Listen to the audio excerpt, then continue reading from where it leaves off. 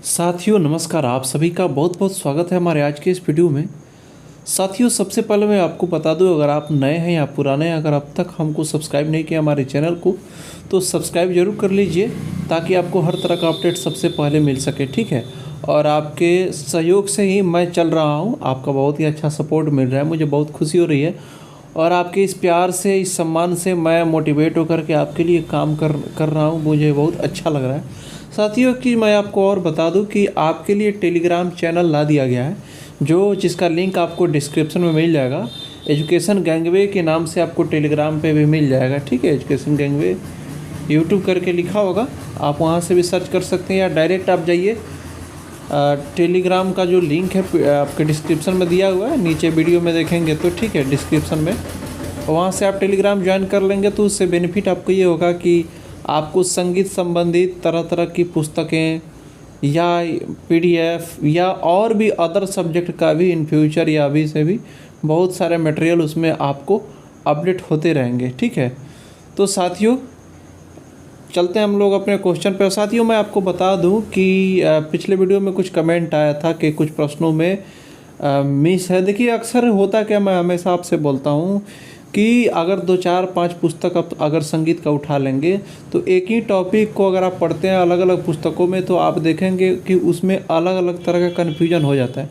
तो हो सकता है मैं जिस बुक को, पुस्तक को पढ़ रहा हूँ वहाँ पे कुछ और पढ़ लिए और या आप कहीं और आपको मटेरियल मिल गया, तो देखिए कन्फ्यूजन बना रहता है। म्यूजिक सब्जेक्ट में बहुत सारा कन्फ्यूजन बना रहता है, लेकिन हम लोग उस चीज़ को मान के चलते हैं कि जिसको ज़्यादा मान्यता मिला है या बोर्ड ने उसको माना है, उसी आंसर को माना है।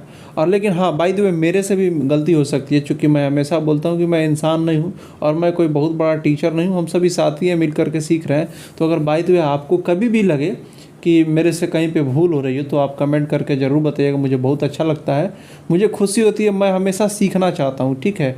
और कमेंट करके जब आप बताते हैं तो मुझे बहुत अपनापन फील होता है, बहुत अच्छा लगता है।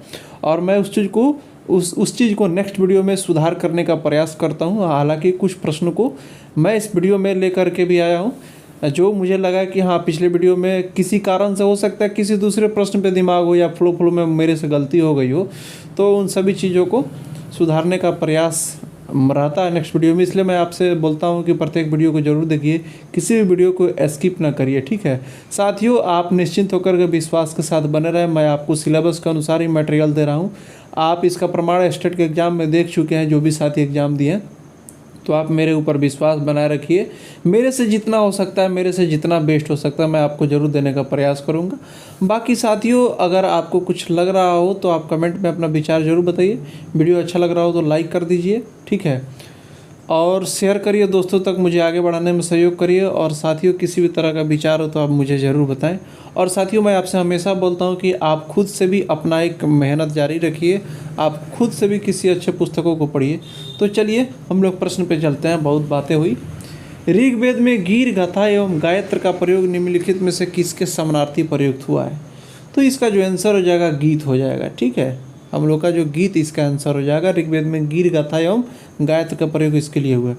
चलिए अगला क्वेश्चन है, मतंग तथा अभिनव गुप्त किस संप्रदाय के अनुयायी थे? तो मतंग तथा अभिनव गुप्त, ठीक है, ये भरत मत के अनुयायी थे। और आपको अभिनव गुप्त के बारे में बता दूं, इन्होंने भरत के नाट्य शास्त्र पे टीका भी किया है। तो चलिए अगला क्वेश्चन हम लोग देख लेते हैं, तबला वाद्य का विकास निम्नलिखित में से किस वाद्य से हुआ है? तो तबला वाद्य का जो विकास है साथियों मैं आपको बता दूं, पुष्कर से हुआ है। आप स्क्रीन पे तबला का पिक्चर देख सकते हैं, आपके दिमाग में कंसेप्ट के लिए ये सारी चीज़ें, क्रिएटिविटी मैं प्रयास करता हूँ, मेरे से जितना बेस्ट होता है मैं सबसे अलग मटेरियल देने के प्रयास करता हूँ ताकि मेरे से जितने भी साथी जुड़े हैं वो लाभ उठा सकें।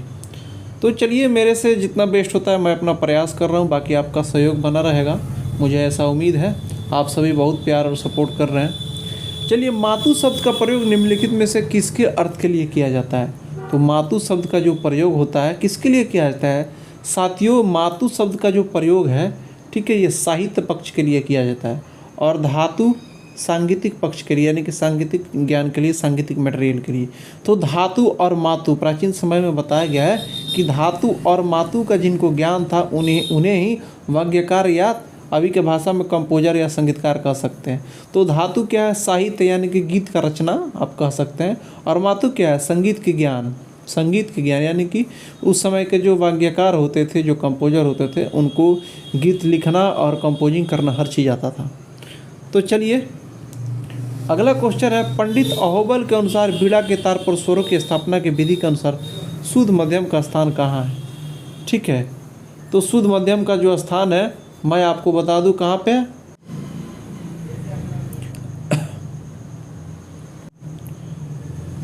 क्वेश्चन है, अनेकों धुनों एवं संवादी स्वरों द्वारा एक ही समय में बजाए जाने वाला कौन सी रचना बनती है? तो अनेकों धुनों एवं संवादी स्वरों द्वारा एक ही समय में बजाए जाने वाला कौन सी रचना है? तो ये मेलोडी का रूप है। ठीक है, एक ही समय में संवादी स्वरों द्वारा एक ही समय में अनेकों धुन बजाते हैं जब। ठीक है, मेलोडी और हारमोनी को भी मैं पिछले वीडियो में समझा चुका हूँ, कई सारे वीडियो में। देखिए पल्लवी, अनुपल्लवी एवं चरणम यह किस पद्धति का भाग है? तो ये दक्षिण पद्धति का भाग है। ठीक है, ध्यान रखिएगा। कैवाड़ प्रबंध को आधुनिक समय में किस नाम से जाना जाता है? तो ये त्रिवट के नाम से जाना जाता है। Answer option C. 1/4 मात्रा काल की एक गति पर एक स्वर का कंपन होना किस गमक को परिभाषित करता है? यानी कि 1/4 जिस मतलब कि गमक में मात्रा काल होगा, यह कौन सा गमक होगा? तो ये होगा कंपित गमक का रूप हो जाएगा। ठीक है, तो चलिए अगला क्वेश्चन हम लोग देख लेते हैं। दक्षिण संगीत में कितने गमक का प्रयोग में है? यानी कि दक्षिण संगीत में कितने गमक प्रयोग में है? तो देखिए उत्तरी संगीत में सारंग देने तो 15 माना है, लेकिन दक्षिण संगीत में 10 ही गमक माने जाते हैं। ठीक है, आंसर हम लोग का वही हो जाएगा। गीत के खंडों को क्या कहते हैं? तो गीत के खंडों को क्या बोलते हैं साथियों? बिदारी। ठीक है, और अस्थाई क्या है? स्वरवाचक छोटे छोटे समूह को अस्थाई बोलते हैं, लेकिन हम लोग का जो आंसर हो जाएगा क्या हो जाएगा? हम लोग का जो आंसर हो जाएगा विदारी हो जाएगा। ठीक है, गीत के खंडों को विदारी बोलते हैं। रात्रि के 12 बजे से दिन के 12 बजे तक गाए बजाने वाले राग को क्या कहते हैं? तो रात्रि के 12 बजे से जो राग गाए जाते हैं उन्हें किन के अंतर्गत रखते हैं? उत्तरांग के अंतर्गत। ठीक है, अगला क्वेश्चन है, जब मेरुखंड यानी मेरुखंड लिखा हुआ है, आप भावना समझिएगा। जब मेरुखंड तान की संख्या ज्ञात हो परंतु स्वर प्रस्तार ज्ञात करना हो तो उस क्रिया को क्या कहते हैं? ठीक है, तो उस क्रिया को जानते हैं साथियों क्या बोलते हैं? जब मेरुखंड की तान संख्या ज्ञात हो, यानी कि तान की जानकारी हो लेकिन स्वर प्रस्तार ज्ञात करना हो, और मेरुखंड से कितने स्वर से कितने तान निकालते हैं, इन सारी चीज़ों को मैं मतलब कि किसी वीडियो में समझा चुका हूँ। इसलिए मैं हमेशा बोलता हूँ कि प्रत्येक वीडियो को देखिए मेरे से, जब जिस वीडियो में जो चीज़ दिमाग में कंसेप्ट में आता है उस चीज़ों को मैं प्रयास करता हूँ समझा दूँ। तो जब तान की संख्या ज्ञात हो और स्वर प्रस्तार ज्ञात करना हो तो उसे नष्ट विधि बोलते हैं। ठीक है, ये चीज़ ध्यान रखिएगा। राग मियाँ मल्हार किस थाट से आता है? तो राग मियाँ मल्हार काफ़ी थाट का है। ठीक है, अगला क्वेश्चन हम लोग देख लेंगे। चाटी और स्याही के बीच का स्थान ऊपर ही दिख रहा है, ल होता है तबले में। ठीक है, चलिए अभिनव राग मंजरी किनकी रचना है? तो अभिनव राग मंजरी किनकी रचना है? तो ये भातखंडे की रचना है। ठीक है, भातखंडे की रचना है, ये ध्यान रखिएगा। मैरी संगीत महाविद्यालय किनके द्वारा स्थापित किया गया? ये विष्णु नारायण भातखंडे के द्वारा स्थापित किया गया। ठीक है, अमीर खुसरो किस शासक के काल में थे? तो अमीर खुसरो जो थे ये खिलजी के समय में थे। चलिए, निम्नलिखित में कौन सा राग वर्गीकरण का मत नहीं है? ये हनुमत, शिवमत, लेकिन ये जनमत कहीं नहीं मिलता है। जनमत ये क्या बोलते हैं आप, जैसे कि आप पॉलिटिक्स में जब लोग ये इलेक्शन वगैरह लड़ते हैं उनको जनमत मिलता है तो वो जीतते हैं। तो जनमत ये संगीत से रिलेटेड नहीं है, ये मत किसी तरह का ये मत नहीं है राग वर्गीकरण में। ठीक है, चलिए, जिस प्रकार ध्रुपद का संबंध मान सिंह तोमर से है उस प्रकार टप्पा का संबंध किससे है? जैसे जिस प्रकार ध्रुपद का संबंध है, ध्रुपद से मान सिंह का किस तरह का संबंध है?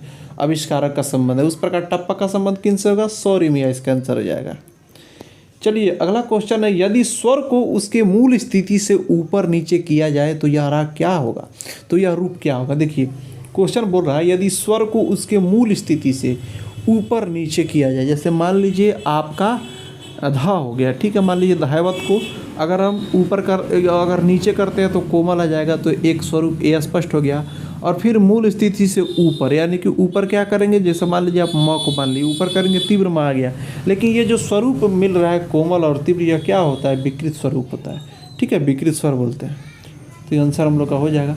28 नंबर क्वेश्चन है, प्राचीन विद्वानों के अनुसार 22 श्रुतियों में ऋषभ का स्थान कौन सा है? देखिए सबसे पहले क्वेश्चन बोल रहा है प्राचीन विद्वान के अनुसार, तो प्राचीन विद्वान के अनुसार स्वर को उसके अंतिम श्रुति पे रखा गया है।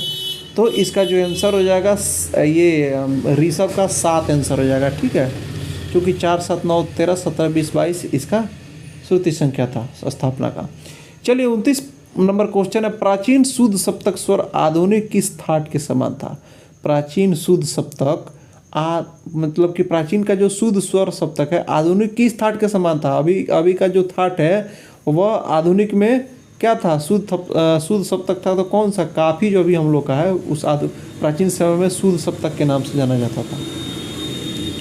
अगला क्वेश्चन है, षड्ज ग्राम की मूर्छना संख्या कितनी है? कोई भी ग्राम हो साथियों, उस ग्राम की मूर्छना की संख्या 7 होती है। राग जौनपुरी के वादी संवादी को पहचाने। जौनपुरी जो असावरी थाट का है, धागा इसका वादी संवादी हो जाएगा, ठीक है। राग बिहाग का थाट क्या है? बिहाग बिलावल थाट का है, ठीक है। अगला क्वेश्चन हम लोग देखते हैं, वह गत जिसमें सितार के बोल विलंबित लय में होते हैं उसका क्या नाम है? तो जब सितार के बोल विलंबित लय में होते हैं उसे मसीद खानी गत बोलते हैं। अगला क्वेश्चन हम लोग देख लेते हैं, निम्नलिखित में तालों का अंग पहचाने। तो अनुद्रुत, लघु गुरु, तो एक से अधिक किसका आंसर हो जाएगा? चूँकि ताल के जो 6 अंग में ये थे अनुद्रुत, लघु गुरु, प्लुत, काकपद, ये 6 अंग थे तालों के, ठीक है। तो एक से अधिक आंसर हो जाएगा, ये तीनों है, ठीक हो। चलिए साथियों, एजुकेशन गैंग में YouTube channel and Telegram channel आप मतलब कि फॉलो कर सकते हैं, ठीक है। सब्सक्राइब कर लीजिएगा किसी भी तरह के अपडेट्स के लिए और किसी भी तरह के पीडीएफ के लिए। जैसा जैसा पीडीएफ आपके लिए मतलब कि अवेलेबल होते जाएगा, वो किसी भी पुस्तक का हो या कोई नोट्स हो या क्वेश्चन हो, आपको सब वहाँ पे मिलता रहेगा भविष्य में भी, तो आप वहाँ पे फॉलो कर सकते हैं। और चैनल को सब्सक्राइब कर लीजिएगा, जैसे कि ये आपको ये क्वेश्चन का जो आंसर मिल रहा है या किसी भी तरह का और भी अपडेट्स आपको भविष्य में देखने को मिलेंगे। मेरे तरफ से प्रयास है, चूँकि आप सभी का बहुत प्यार मिल रहा है। चलिए, वह गति जिस पर गाना गाया जाता है, तो गाना गाया जाता है उस गति को क्या बोलते हैं? लय बोलते हैं। एक लय में ही ना हम लोग गाना गाते हैं। अगला क्वेश्चन है 36 नंबर, तानपुरा का लंबा लकड़ी जिस पर चारों तार लगे रहते हैं वह क्या होता है? तो तानपुरा का जो लंबा लकड़ी होता है जिस पर चारों तार लगे रहते हैं उसे क्या बोलते हैं? जैसे मैं आपको थोड़ा सा एक रफली फ़ोटो दिखा देता हूँ। इस तरह से जो आप मान लीजिए, पिक्चर तो मुझे बनाने नहीं आया ये, लेकिन आप एक मोटा मोटी मान सकते हैं, ठीक है। तो ये जो तार लगे रहते हैं इसको क्या बोलते हैं? इसको बोलते हैं डांड। हम लोग का आंसर डांड हो जाएगा, ठीक है। चलिए, हिंदुस्तानी संगीत का शुद्ध म कर्नाटक संगीत में किस नाम से जाना जाता है? तो हम लोग का म वहाँ पे क्या नाम से जाना जाता है? प्रतिमा यहाँ पे दिख रहा है, ऑप्शन सी आंसर हो जाएगा। नाना पानसे किससे संबंधित है? तो नाना पानसे सितार, वायलिन, गिटार, इनमें से कोई नहीं इसका आंसर हो जाएगा, चूँकि ये पखावज से संबंधित है। विष्णु नारायण भातखंडे ने सेठ बल्लभ दास से किस वाद्य की शिक्षा ली? तो विष्णु नारायण भातखंडे ने सेठ बल्लभ दास से सितार की शिक्षा ली। अगला क्वेश्चन है, बड़ा ख्याल के आविष्कारक कौन है? तो बड़ा ख्याल के जो आविष्कारक हैं जौनपुर के मोहम्मद हुसैन सर, की आंसर हो जाएगा ऑप्शन बी। चलिए, अगला क्वेश्चन है, उस्ताद अलाउद्दीन खान एक बैंड बनाए थे, उसका क्या नाम था? मैहर बैंड, ब्रास बैंड, शास्त्रीय बैंड, तो इसका जो आंसर हो जाएगा मैहर बैंड आंसर हो जाएगा। चलिए, अगला क्वेश्चन है, हारमोनियम किस प्रकार का वाद्य है? तो जैसा कि आप सभी जानते हैं सुशीर वाद्य है, ठीक है। सुशीर, ये टाइपिंग में मेरे से ये गूगल बाबा का कमाल है, नहीं हो पाता है सही। सुशीर का ये स्वरूप है। आपको किसी भी तरह का टाइपिंग गलत दिखे ना, तो साथियों आप उसको दिल पर ना लीजिएगा, ठीक है। हो सकता है किसी कारण से मेरे से भूल हो गई हो या कोई और दिक्कत हो, लेकिन आप क्वेश्चन की भावना समझ करके आंसर देने का प्रयास करेंगे और मेरा सहयोग बनाएंगे, क्योंकि आपके सहयोग से ही मुझे एनर्जी मिल रहा है और आपके लिए काम कर रहा हूँ, ठीक है। आप सभी बहुत चैनल को भर भर के प्यार दे रहे हैं, मुझे बहुत खुशी हो रही है, इसके लिए आप सभी को दिल से धन्यवाद है। चलिए, अगला क्वेश्चन है, लक्ष्मीकांत प्यारेलाल किस क्षेत्र से जुड़े हुए हैं? तो लक्ष्मीकांत प्यारेलाल ये बॉलीवुड के बहुत ही प्रसिद्ध संगीतकार हैं। इनका काम क्या था? संगीतकार थे। ये आप स्क्रीन पे इनका फोटो देख सकते हैं, ठीक है, लक्ष्मीकांत प्यारेलाल की जोड़ी।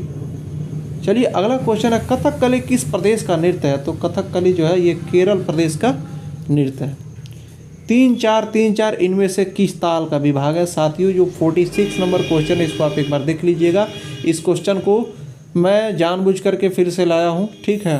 वैसे देखिए, बहुत सारे क्वेश्चन को मैं रिपीट कराते रहता हूँ, क्योंकि देखिए आपको सिलेबस के अनुसार ही मैं मटेरियल दे रहा हूँ। आपके टीजीटी पीजीटी का जो एग्ज़ाम होने वाला है उसमें से आपका कोई ऐसा मटेरियल मेरे चैनल पे नहीं होगा जो आपके सिलेबस से बाहर का है। सारे चीज़ सिलेबस के अंतर्गत है। आप इसका प्रमाण स्टेट में देख सकते हैं कि आपके सिलेबस को फॉलो किए हैं, आपका कितना प्रश्न लड़ा है। चलिए साथियों, इस क्वेश्चन को मैं समझाता हूँ। देखिए एक्चुअली पिछले बार क्या होता कि मैं ध्यान नहीं दे पाया था, तो मेरे से एक बहुत बड़ी भूल हो गई है।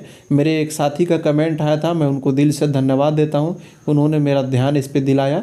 ठीक है, और अब साथियों मैं आपसे यही उम्मीद करता हूँ कि आप सभी मेरा सहयोग करेंगे, क्योंकि मैं भी आपके साथ सीख रहा हूँ। अगर बाय द वे मैं कोई बड़ा टीचर अपने आप को नहीं मानता हूँ, क्योंकि आप इतना समझिए मैं आपका साथी हूँ, आप मेरे साथी हैं, हम सभी मिल करके सीख रहे हैं। ठीक है, अगर बाय द वे मेरे से कोई भूल होती है तो उसको दिल पे ना लेंगे, उसको क्षमा करेंगे और मुझे कमेंट करके ज़रूर बता देंगे ताकि उसको हम लोग अपडेट कर सकें। ठीक है, तो देखिए 3 4 इनमें से किस ताल का विभाग है, इसका जो आंसर होगा ऑप्शन के हिसाब से हम लोग का आंसर क्या हो जाएगा, एक से अधिक हो जाएगा, क्योंकि इसका जो स्वरूप है झुमरा का भी और दीपचंदी का भी है। ठीक है, दीपचंदी का क्या है ये आपको मैं स्क्रीन पे दिखा दे रहा हूँ, आप दीपचंदी ताल के बारे में भी देख सकते हैं, मैं इसको भी आपको विशेष समझाने के लिए ला दिया हूँ। ठीक है, विभाग इसमें 4 होते हैं, मात्रा 14 होता है, 1 4 11 पे ताली होता है और 8वीं मात्रा पे खाली होता है। आप यहाँ पे देख सकते हैं 3 4 का ये विभाग है। ठीक है, 3 मात्रा 4 मात्रा 3 मात्रा 4 मात्रा, और आप बोल सकते हैं यहाँ पे बोल दिया हुआ है धा धीन इन धा धा तीन इन ता तीन इन धा धा धीन इन, ये सभी दिया हुआ है, आप इसको देख सकते हैं। ठीक है, और यहाँ पे पहली मात्रा पे सम है, चौथी पे क्या है आपका दूसरी ताली, 8वीं पे खाली है। ये चीज़ ध्यान रखिएगा, आप एक बार देख सकते हैं। ठीक है, तो साथियों मेरे से जितना बेटर हो सकता है बेस्ट मैं अपना प्रयास करता हूँ। ठीक है, चलिए 7 शुद्ध स्वर के अलावा तीव्र स्वर कितने होते हैं, तो 7 शुद्ध स्वर के अलावा तीव्र स्वर कितने होते हैं, तीव्र स्वर केवल एक होता है, कौन सा, मध्यम। अगला क्वेश्चन है भैरवी में कितने कोमल स्वर लगते हैं, तो भैरवी में जो कोमल स्वर लगते हैं आपको रे ग धन यानी कि सभी स्वर कोमल लगते हैं। 4 स्वर रहता है, सभी स्वर कोमल लगता है, सभी कोमल स्वर इसमें लग जाते हैं, इसका आंसर हो जाएगा। अगला क्वेश्चन है निम्नलिखित में कौन तबला का बोल नहीं है, तो इसमें जो तबला का बोल है ये ई नहीं है, ये तबला के बोल में ये प्रयोग नहीं होता है, चूँकि धा न ये सब धा गे न ती जैसे हम लोग ये प्रयोग करते हैं ना, तो ये प्रयोग होता है, लेकिन ई किसी तबला का मतलब बोल में प्रयोग नहीं होता, ई नहीं होगा इसका आंसर। इसका आंसर जो होगा क्या होगा, ई हो जाएगा, क्योंकि ये प्रयोग नहीं होता है। उस्ताद अल्लाह रखा खा किस घराने से संबंधित है, तो ये पंजाब घराने से संबंधित है, बहुत ही प्रसिद्ध तबला वादक है। ध्वनि उत्पन्न करके ताल गिनने की प्रक्रिया क्या कहलाती है, आंसर ऊपर ही दिख रहा है, ताल गिनने की प्रक्रिया सशब्द क्रिया है। चलिए अगला क्वेश्चन है किशन महाराज किस वाद्य से संबंधित है, तो किशन महाराज बनारस घराने के तबला वादक है। चलिए साथियों, अगर बैकग्राउंड में आपको किसी भी तरह का साउंड अगर आपको मिल रहा होगा नॉइज वगैरह, तो आप उसको क्षमा करेंगे, चूँकि मेरे पास जिस तरह का संसाधन है मैं उसी प्रकार से आपको देने का प्रयास कर रहा हूँ, मेरे से जैसे हो रहा है वैसे दे रहा हूँ। ठीक है, चलिए राग तरंगड़ी किसकी रचना है, थोड़ा सा शोरगुल आ जाता है, चूँकि अब क्या करिएगा, थोड़ा सा आसपास का माहौल है, लेकिन आपका वीडियो डिले ना हो, मैं जैसा माहौल मिलता है उसी में बनाने का प्रयास करता हूँ। राग तरंगड़ी किसकी रचना है, तो राग तरंगड़ी जो है लोचन की रचना हो जाएगी। ठीक है, लोचन ने इसका रचना किया था। स्वरमेल कलानिधि पुस्तक के लेखक कौन है, तो स्वरमेल कलानिधि के जो पुस्तक के लेखक हैं रामा माते इसके आंसर हो जाएंगे। ठीक है, स्वरमेल कलानिधि की रचनाकार। मेहदी हसन किसके लिए प्रसिद्ध है, तो मेहदी हसन जो है गजल गायक है। ठीक है, अगला क्वेश्चन है उस्ताद फयाज खान का उपनाम क्या है, तो उस्ताद फयाज खान का उपनाम क्या है, प्रेम पिया। अगला क्वेश्चन है विष्णु दिगंबर पलुस्कर ने किस वर्ष गंधर्व महाविद्यालय की स्थापना किया, यानी कि स्थापित किया, कब किया, तो 1901 में गंधर्व महाविद्यालय लाहौर में इन्होंने सर्वप्रथम स्थापित किया था। According to option and question हम लोग का आंसर 1901 हो जाएगा। ये देखिए गलत लिखा हुआ है, यहाँ पे प्रवृत्ति नहीं होगा, ये होगा वृत्ति। ठीक है, वृत्ति कितने प्रकार के होते हैं, तो रामायण काल में लय को वृत्ति बोला जाता था।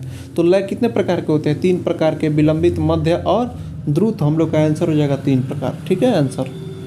चलिए यदि मध्य सप्तक का षड्ज का मान 240 है, तो तार सप्तक के षड्ज का मान क्या होगा, तो साथियों इसमें 240 340 320 इनमें से कोई नहीं आंसर हो जाएगा, क्योंकि ये तो होगा नहीं। आपको मैं बता दूं मध्य सप्तक का षड्ज का मान 240 होता है। एक सप्तक जब हम लोग ऊपर जाते हैं तो ये 2 से मल्टीप्लाई आप इसको करिए।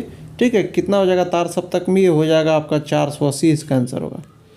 अगला क्वेश्चन है निम्नलिखित में एक सामगान का स्वर है, तो तिरकिट उदार, ये उदात जो है उदात अनुदात स्वरित, ये सामगान के स्वर, हम लोग का आंसर उदात हो जाएगा। अगला क्वेश्चन है इनमें से श्रुति को पहचाने, तो श्रुति को पहचाने कुमति, रम्या, ठीक है, अनुदात तो वैदिक काल का स्वर है, ये होगा नहीं। हम लोग का जो आंसर हो जाएगा एक से अधिक हो जाएगा, क्योंकि कुमुदती और रम्या दोनों श्रुति हैं। अगला क्वेश्चन है, तबले की पूड़ी किस पशु की खाल से बनती है? तो तबले की जो पूड़ी है ये बकरी की खाल से बनती है, ठीक है, बद्धी ऊँट से बनता है, ध्यान रखिएगा। अगला क्वेश्चन है, अभ्यास करते समय अधिकतम कुल कितने स्वरों का प्रयोग कर सकते हैं? अभ्यास मतलब क्या? रियाज। तो रियाज करते समय आप अधिक से अधिक कितने स्वर का प्रयोग कर सकते हैं? तो 12 स्वर होता ही है, 7 शुद्ध और 5 विकृत, तो 12 से ज़्यादा आप नहीं कर सकते हैं, 12 आंसर हो जाएगा। राग में कम से कम कितने स्वर होने चाहिए? बहुत ही लड्डू सा क्वेश्चन है, 5 स्वर से कम नहीं प्रयोग होता है। देखिए हर तरह का प्रश्न आपको मिलता है और प्रत्येक क्वेश्चन से आपको कंसेप्ट फिट करना चाहिए, क्योंकि इजी क्वेश्चन को भी एग्जामिनर अपने लैंग्वेज में इस तरह से घुमा सकते हैं कि आप वहाँ पे कंफ्यूज हो सकते हैं। तो छोटे और क्वेश्चन छोटे होते हैं क्वेश्चन, लेकिन बहुत मोटे होते हैं, उसको आपको एकदम कंसेप्ट के साथ बार बार अभ्यास करना चाहिए। और किसी भी प्रश्न को आपको बार बार अभ्यास करने से ये होता है ना कि वह चीज़ आपको एग्जामिनर किसी भी तरह से घुमा दे तो आप कंफ्यूज नहीं हो सकते हैं। तो चलिए, विद्वानों के अनुसार मनुष्य किसके बिना पशु के समान है? तो विद्वानों ने कहा है कि मनुष्य संगीत के बिना पशु का समान है, ठीक है, पशु के समान है। तो संगीत आंसर हो जाएगा हम लोग का ऑप्शन के हिसाब से। अगला क्वेश्चन है, तानपुरा में तारों की संख्या कितनी होती है? तो तानपुरा में तारों की संख्या 4 तार होती है। चलिए अगला क्वेश्चन है, यदि हम किसी रचना को ताल के बिना गाए तो वह किस श्रेणी के अंतर्गत आएगा? जब ताल में नहीं बंधा रहता है तो वह क्या हो जाता है? अनिबद्ध हो जाता है। चलिए अगला क्वेश्चन हम लोग देखेंगे, 4 स्वर के कितने स्वर प्रस्तार बन सकते हैं? तो 4 स्वर से कितने स्वर प्रस्तार बनेंगे? तो ये 24 इसका आंसर हो जाएगा। और साथियों, स्वर प्रस्तार ज्ञात करने का मैं किसी न किसी वीडियो में बता चुका हूँ आपको, ठीक है। तो मुझे याद है कि मैं किसी वीडियो में स्वर प्रस्तार, 7 स्वर का स्वर प्रस्तार कैसे निकालेंगे मैं टोटल समझा दिया हूँ, ठीक है। इसलिए मैं आपसे हमेशा रिक्वेस्ट करता हूँ कि देखिए मैं ये नहीं चाहता हूँ कि एक ही चीज़ को आपको बार बार समय बर्बाद किया जाए। मेरा टारगेट रहता है कि कम समय में आपको ज़्यादा मटेरियल दिया जाए। तो आप देखते भी होंगे कि समय बर्बाद न करते हुए आपको बहुत कम समय में 80 क्वेश्चन मैं दे देता हूँ, या मतलब कि जो भी है समय के हिसाब से ज़्यादा मटेरियल देता हूँ मैं। तो यही प्रयास है। तो 4 स्वर के कितने स्वर प्रस्तार बन सकते हैं? 24 इसका आंसर हो जाएगा। चलिए, पंडित रविशंकर और अन्नपूर्णा देवी का क्या संबंध है? तो पंडित रविशंकर और अन्नपूर्णा देवी ये पति पत्नी थे। अन्नपूर्णा देवी किनकी बेटी थी? अलाउद्दीन खान की, ठीक है। साथियों, आप प्रश्न का अभ्यास यूट्यूब पे भी कर सकते हैं, और मैं आपसे हमेशा बोलता हूँ कि आप यहाँ पे अभ्यास करिए, अच्छी बात है। मेरे से जितना बेस्ट हो सकता है मैं आपको ज़रूर दे रहा हूँ, लेकिन आप चाहे तो खुद से भी किसी अच्छे पुस्तक को आप ज़रूर पढ़िए, ठीक है, आप चाहें तो अगला क्वेश्चन है, राग बेदी की ललित किसकी रचना है? ये राग बेदी की ललित एक राग है, ठीक है, बेदी की ललित यह किसकी रचना है? तो ये जो रचना है ये दिलीप चंद्र बेदी इसके आंसर हो जाएगा, दिलीप चंद्र बेदी की रचना है। अगला क्वेश्चन है, संगीत का अर्थ स्पष्ट होता है? तो संगीत का अर्थ किससे स्पष्ट होता है? संगीत का अर्थ गायन से भी स्पष्ट होता है, वादन से भी, नृत्य से भी, यानी कि गायन और वादन तीनों का मिश्रण ही संगीत है, इसलिए हम लोग का आंसर हो जाएगा 1 से अधिक। अगला क्वेश्चन है, ईरानी संगीत में श्रुति कितने होते हैं? तो ईरानी संगीत में जो श्रुति होते हैं वह 24 होते हैं, ठीक है, और स्वर कितने होते हैं आपको? 12, ठीक है, ये चीज़ ध्यान रखिएगा।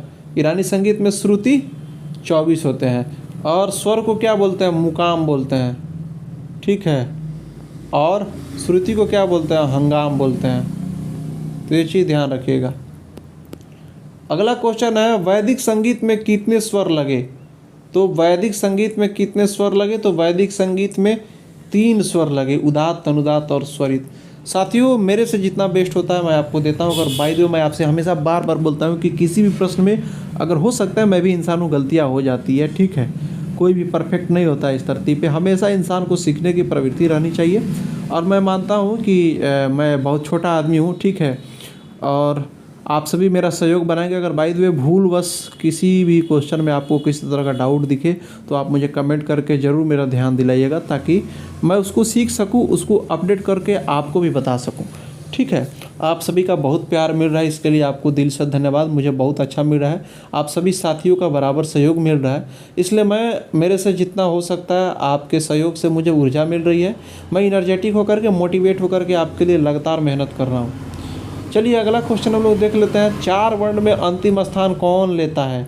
तो देखिए 4 वर्ण होता है, कौन कौन सा? प्रथम होता है स्थाई, आरोही, अवरोही, और लास्ट क्या होता है? संचारी। हम लोग का संचारी आंसर हो जाएगा। 74 नंबर क्वेश्चन हम लोग देख लिए, 75 देख लिए। 76 नंबर क्वेश्चन देखते हैं, संगीत में प्रयोग होने वाले नाद का क्या नाम है? तो संगीत में जो प्रयोग होता है उसको आहत नाद बोलते हैं। अगला क्वेश्चन है, विद्वानों ने कितनी श्रुति की मान्यता दी? तो विद्वानों ने कुल 22 श्रुति की मान्यता दी। आंसर 22 हो जाएगा।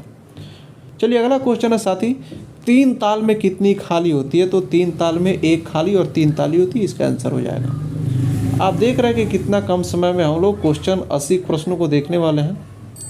7 स्वरों में स्वरित के अंतर्गत किस स्वर को रख सकते हैं? सा म प, ये सभी स्वरित के अंतर्गत क्या होता है? 4 श्रुति वाले स्वर।